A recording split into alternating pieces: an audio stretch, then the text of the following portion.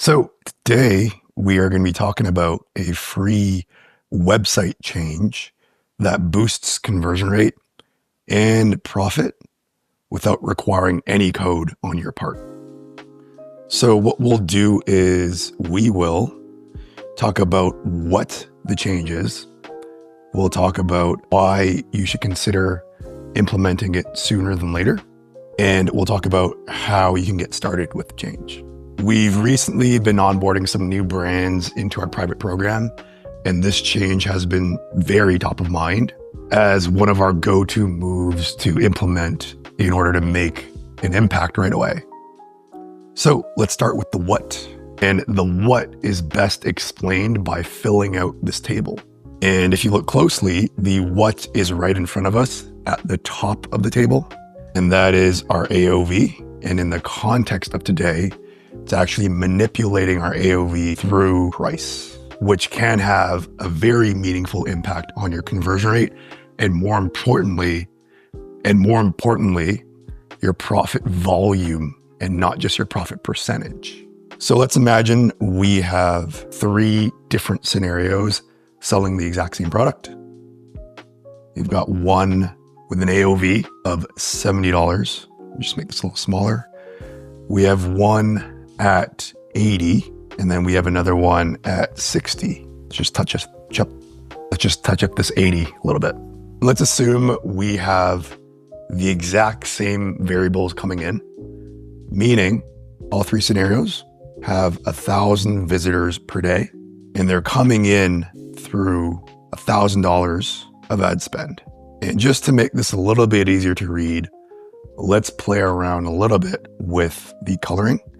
So let's say the blue here is the current pricing and situation. And we'll put in the second column in red, just to distinguish between the two. And the last one we will throw in green. All right, much better. So let's assume some numbers. Let's say at the current conversion rate, we are converting at 2% at the current price. And if we were to increase the price from 70 to 80, we see a drop in conversion rate to 1.5%. And on the other hand, when we drop the price to $60, we see a lift in conversion rate to 3%. So what happens? Well, in the current price, we have 20 orders coming in. On the $80 price point, we have 15 through the 1.5% conversion rate. And on the lower price, we have 20 plus 10, which is 30. And if we back out the revenue, we get 1,400 on the current situation. We get 1,200 on the price increase. And then we get 1,800 on the lower price. And just for clarity, how I'm getting those numbers is I am taking the AOV and I am multiplying it by the number of orders that are coming in to back out to the revenue number. If we take a look at the cost of goods, which for the purpose of today, we are simplifying it and including all other expenses that get wrapped into this. So we are including our transaction fees, we are including our fulfillment fees, all bundled up in this COGS number that we have here. So all your variable expenses that come with fulfilling an additional order. And we will set it at, over here, $15 per order to simplify. So that backs out to $300 for the current scenario, backs out to $225 on the second, where we increase the price, and then $450 on the one where we lower the price, which makes sense because when we increase the price, we saw a drop in conversion rate, which means we're fulfilling less units. So cost of goods net of things will be lower. And on the other hand, if you're selling more units, you're going to be fulfilling more product, which costs you more. All right. And then on the next line, we have the gross profit per order. So right now it backs out to $55 per order. And that is just by taking how much money you have when you take your revenue and you subtract what you paid in COGS to find your gross profit. you divide that by the number of orders that came through. So we're sitting at 55 on the original price. We are actually up to 65 on the higher price, which looks great.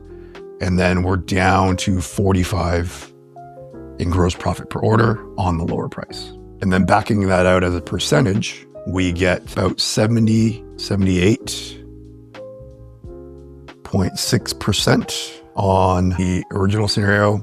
We get about 81% gross profit on the price increase. And then we drop to 75% on the price decrease. However, if you do the math now and we tally everything up and we take our revenue in each scenario and we subtract it by our ad spend and then subtract it by our cost of goods, numbers start looking pretty interesting. So the contribution margin on the original scenario for 1 day's worth of ad spend would be $100. So in the positive, but it would be what you have left over to cover your fixed expenses. On the price increase, we unfortunately get down to $25, which means that we are not profitable.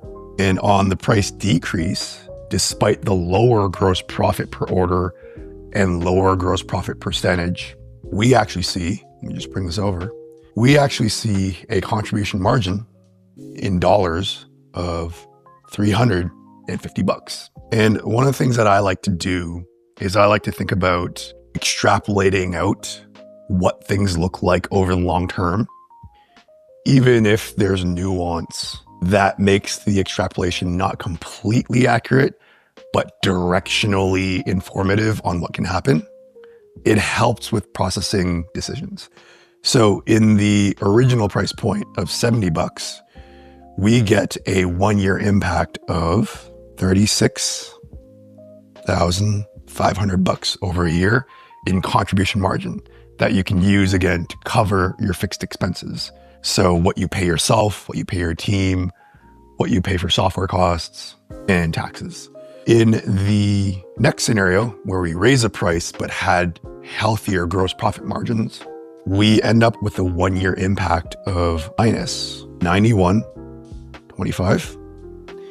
And in the last one over here, where we decrease prices, we end up with a nice, healthy contribution margin of $127,000. So zooming back out a little bit, making sure I'm not covering the table too much, we can see why, and I'll just wrap this guy up here. Price can be such a huge lever for you to pull that takes no code, virtually no time, but can provide huge swings in the outcome of your business. In these scenarios, we are basically seeing a swing from virtually break even when you consider the fixed expenses that you got to cover after this number. We see being in the red and negative, and then we see healthy numbers, all from simple changes in price, from $70 to $80 to $60. I know I sort of did an intro on the fact that pricing can have an impact on your conversion rate. And this example over here showed that we went from 2% to 3%, which is a nice increase. But the idea here isn't necessarily to focus on conversion rate, just like how the idea isn't to necessarily maximize your gross profit margin percentage.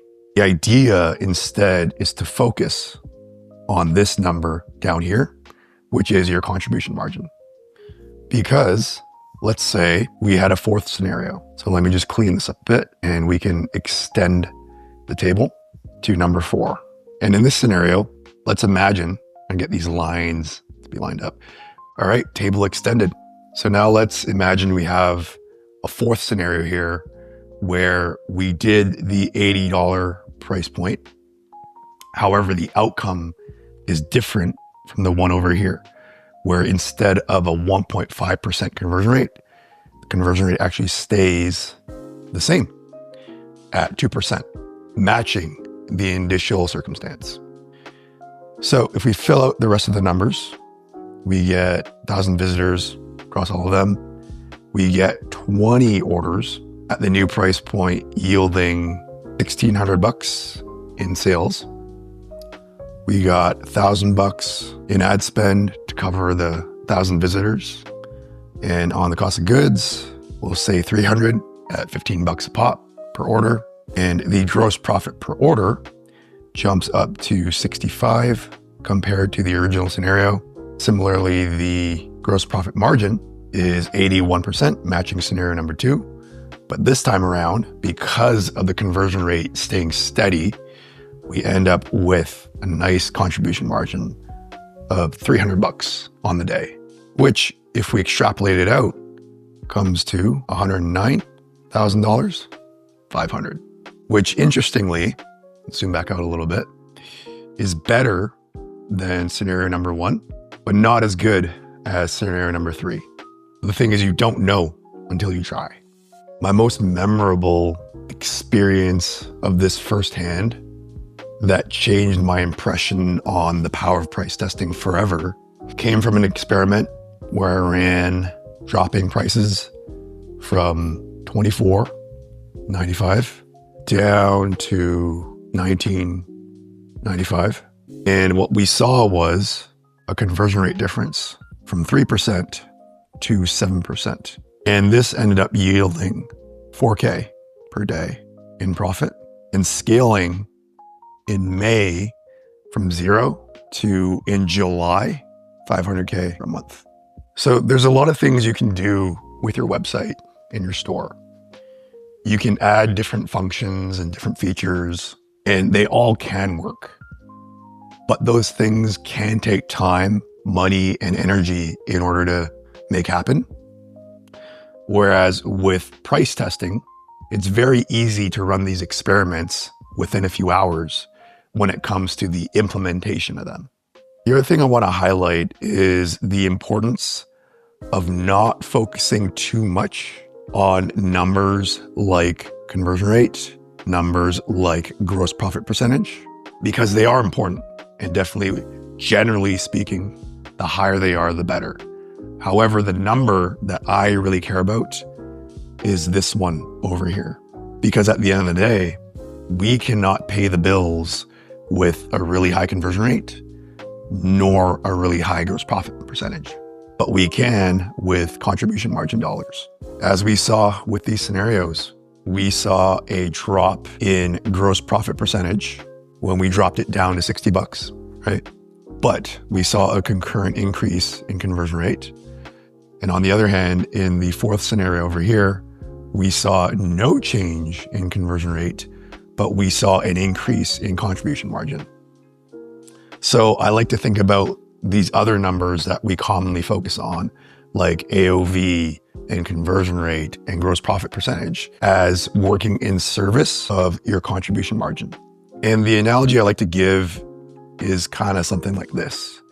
So me personally, years ago, before my son was born, I was sitting at around 220 pounds. And since then, I've dropped to about 180. So that's about a 40-pound difference. But let's say there's a parallel universe in which the exact same thing happened, right? I went from 220 to 180, and the change was 40. But the makeup of how I lost this weight is different in each scenario. In the first universe, I lost 30 pounds of muscle and I lost 10 pounds of fat, which to me is no bueno. And on the other hand, in the second universe, I lose 30 pounds of fat and 10 pounds of muscle, which again is not super ideal because I don't want to be losing muscle, but better than the scenario. So what it brings to mind for me is that we really need to be focused on the right metrics, right? If the goal here is to lose fat and not muscle, this number here, the 40, is not actually the one that we want to focus on. Similar to how our focus when it comes to our business numbers over here should be, at least for me, focused on the contribution margin over here. And I'll actually make that a little bit smaller so that we're focusing on contribution margin. So even though price testing can have massive upside with relatively little work required, it's not uncommon for me to encounter brands who run up against a little bit of hesitation when considering testing their prices. And there's two large categories of hesitations that I've boiled it down to. So the first category, I'll call it perception. And this one has to do with being concerned with what it is that customers are going to say, or whether you're going to get a backlash, a wave of backlash that comes through with people either saying prices are way too high, or I'm unhappy that you lowered them and now I want you to give me a discount. But the reality is, in most cases that I've done price testing, this almost never happens. It's a very small minority of people, if any at all, who actually even notice and bring it up. The second category that I boil it down to has to do with positioning. And this is related to brand, where the concern is, if prices are too high, am I going to be perceived as obnoxious? And if they're too low, will I be preserved? Will I be perceived as being cheap? And my personal approach to this is this thought that comes to mind for me, which is brand is only valuable if you have a brand that's thriving. Because, for example, on this side, I would rather have my prices decrease by half if it means that my profit volume increases meaningfully so that we can have a healthy business. Of course, this isn't the only factor that I pay attention to because we want to think longer term as well. However, it is a big factor because there is no long term if there is no short term when it comes to survival. So if we go back here, we have this overlap section that I would describe as paralysis that we want to avoid, where we're concerned with both perception and positioning, when really it's mostly psychology that we have to deal with. But I do want to acknowledge that there are real situations where there are true limitations on the boundaries in which you can do price testing. For example, when you have your product in retail or with wholesalers, you do want to be mindful of how prices you're changing on your .com can impact what it is that they're doing. For example, with Amazon in marketplaces, they don't want to see you undercutting them. But even so, with these circumstances where you're omni-channel and the constraints are very real, there is still a gradient in which you can play with when it comes to pricing. It's not all or nothing necessarily. And I would still say that largely the hesitations land in these two categories for most D2C sellers. And so to me, the solution to all of this is very simple. And that is to look at this door over here and acknowledge that this door is actually a two-way door in most cases. And what I mean by that is you can go back and forth. So as an example, if you raise your prices and you make more money, right, that's great. But your customers are unhappy for whatever reason, you can always go back if you need to. But even before going back, what you can do is assess what is the percentage of customers that are unhappy. If it's 3 out of 3,000 people, are you gonna go back, right? And then on the other side of it, if let's say you decrease prices and you make less money, right? Your conversion rate doesn't go up as much as you were expecting. Well, what do? You just swing it back this way and you raise prices. And then you try testing again at maybe less of an aggressive drop. So the big thing to highlight is that most of these experiments around pricing, they are actually two-way doors, two-way decisions where you aren't necessarily going to be locked into your experiment for good. So the next natural question is going to be, how do we go about doing this? How do we go about doing this? And so we really have two simple options. Option one is you can do sequential testing, where you go from your current price, which is the control, and you go to one of these two, and you roll it out, and you see what happens after a defined period of time. Your other option is using split testing software, where you compare them simultaneously. But regardless of which step you take, or rather which option you take, whether it's sequential testing or whether it's A/B testing, or in this case, ABC testing, you'll want to go to the fourth step after you get your results, which is to continue and routinely come back to testing different prices. And one of my favorite brands of 2024, Original Grain, who sells wooden watches and other watches made out of reclaimed materials. They test once per quarter.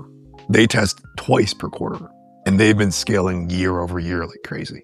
And the numbers that I've laid out over here are numbers that are comfortable starting points to work with, that we don't really have to overthink.